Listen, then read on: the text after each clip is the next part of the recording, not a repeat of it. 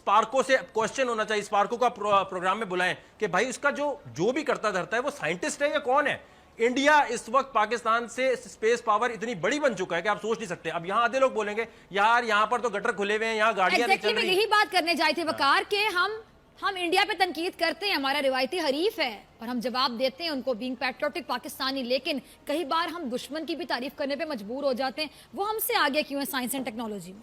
इसकी हम क्यों नहीं हो सकते? क्या खाते हैं स्पेशल वो सबसे और क्या ऐसी क्या चीज वो करते हैं कि भाई उनका बजट 8 साल पहले स्पार्को बनी थी, इंडिया का स्पेस प्रोग्राम आया ही नहीं था, ठीक है। आज तक स्पार्को से पूछे यार 4 या 5 सैटेलाइट तुमने लॉन्च की हैं। इंडिया ने वर्ल्ड रिकॉर्ड कायम किया है 100 से ऊपर सैटेलाइट एक दिन में लॉन्च करके, और अपनी नहीं बाकी कितने इसराइल की लॉन्च की, फ्रांस की लॉन्च की। इससे वो कितना पैसा कमा रहा है और इसमें उनके पास भाई बजट अब मिलना शुरू है। शुरू में बजट नहीं मिला, उन्होंने अपने लोगों को ट्रेनिंग दी कि भाई जो हमारे पास रॉ मटेरियल है। तरक्की कर ली है कि दुनिया चांद पर चली गई और आईटी की या टेक्नोलॉजी की दुनिया में इतना काम हो रहा है, लेकिन हम गाय बकरियां कट्टों की बातों से बाहर नहीं आ रहे। और तो और हमारी सिटिंग गवर्नमेंट के मिनिस्टर्स टीवी पे बैठ के ऐसी ऐसी बातें कर देते हैं कि हमें मेरे ख्याल से कोई कार्टून नेटवर्क की कमी महसूस नहीं होती, और हमें लगता है कि हम जो दिन भर की थकावट के बाद टीवी देखते हैं तो हमारी जो मजा और जो हंसी की जो एक हमारी नीड होती है वो मिनिस्टर्स की गुफ्तगू सुन के, फनी उनकी गुफ्तगू सुनने के बाद पूरी हो जाती है।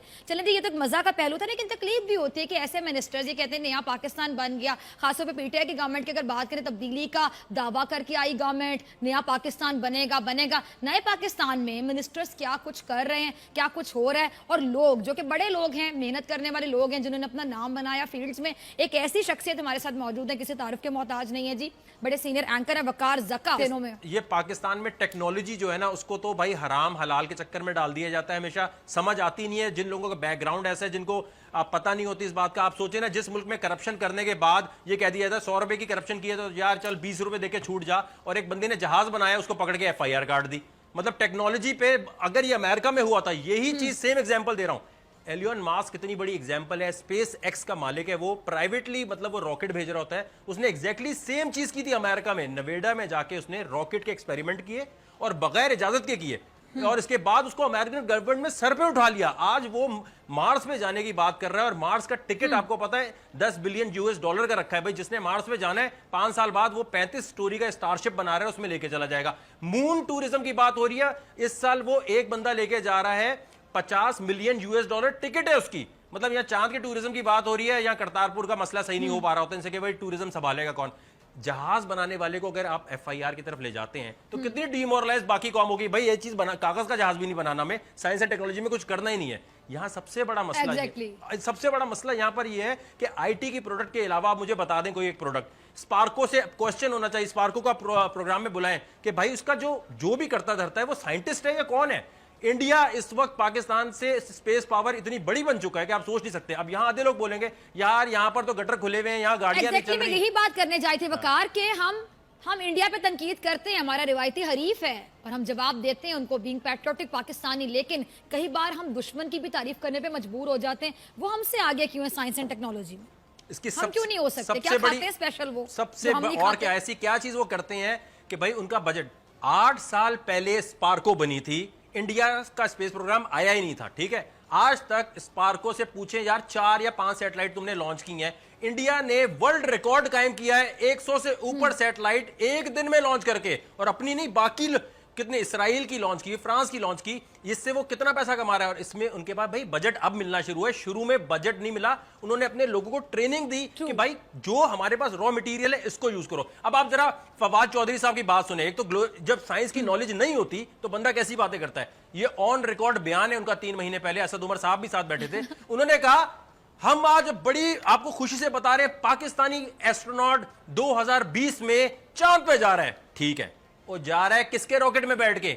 चाइना के रॉकेट में बैठ के जा रहा है, घूमने जा रहा है। ओ भाई अगर वो चला भी गया तो मुल्क की मईशत में क्या ऐड करेगा? ये कोई ग्लोरीफाई करने वाली चीज है? या तो आपने अपना रॉकेट बनाया होता। आपके पास अपना लॉन्च पैड नहीं है, और ये बजट का चक्कर नहीं है, सही साइंटिस्ट वहां पर नहीं है जिनको अथॉरिटी मिली हो जो कर सके। यार ये बयान होता है, आप देखें ना इंफॉर्मेशन मिनिस्टर। एक तो मैं आपको बताऊं, इससे ये साबित हो जाता है सादिक और अमीन होने का मतलब ये नहीं है इमरान खान की नीयत पे शक नहीं, फवाद चौधरी भी नहीं, असद उमर साहब भी नहीं, क्या कॉम्पिटेंट भी है, एग्जैक्टली है कि नहीं है भाई? आप सादिक और अमीन है, लेकिन क्या आप में साइंस एंड टेक्नोलॉजी समझने की एबिलिटी हाँ, है। वो बिल्कुल एक डिफरेंट चीज है सादिक अमीन, और एक कॉम्पिटेंसी एक डिफरेंट चीज है। मैं अर्ज कर रहा हूं ये क्रिप्टो करेंसी वाली बात, भाई मुझे छोड़ें, अगर आपने आरिफ अलवी साहब ब्लॉकचेन को समझते हैं, अगर उनके किसी बेटे को या किसी और कंपनी को ये कॉन्ट्रैक्ट देना, उन्हें दे दें। हम तो कह रहे हैं फ्री बनाए, अगर इसमें मेरा 1 रुपए का भी फायदा हो तो आप बोले वकार ज़कात ड्रामेबाजी कर रहा था जी।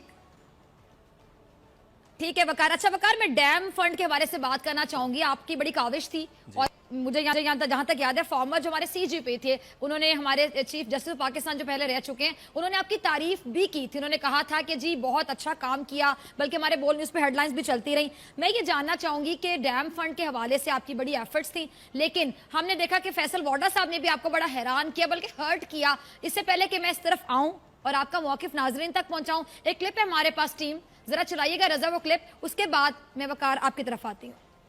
अच्छा जी, आपने सुना है कि जी विफाकी वजीर हैं ये आबी वसाइल के, फैसल वाडा साहब, हुकूमत का हिस्सा, और इस तरह की बातें कर रहे हैं प्रोग्राम में बैठ के। अच्छा मुझे बताइएगा कि वकार वो तो कह रहे हैं कि नकद अतीक ना दिए जाएं, अब अवाम किसकी सुने, अवाम को कंफ्यूज करने के मुतरातिब है इस तरह का बयान, और एक वजीर की जानिब से फिर आप तो अपना पैसा लगा के, अगर मैं गलत नहीं हूं, पता नहीं कहां गए इस डैम फंड के लिए। मुझे लगता है कि जितने भी इमरान खान साहब ना नेक्स्ट इस्तीफा इनसे मांगने वाले हैं, किसी दिन भी मांग सकते हैं। जिस किस्म के बयानात ये देते हैं, मतलब कोई इनसे पूछे ओ भाई मैं जुलाई से चीफ जस्टिस के साथ हूं, मैं फॉर्मर चीफ जस्टिस साहब के साथ हूं, यूके अपने खर्चे पे गया, कनाडा अपने खर्चे पे गया, I am Pakistan world wide movement का कोई अकाउंट ही नहीं है जो मूवमेंट एक चलाई जा रही है, और कोई 1 रुपया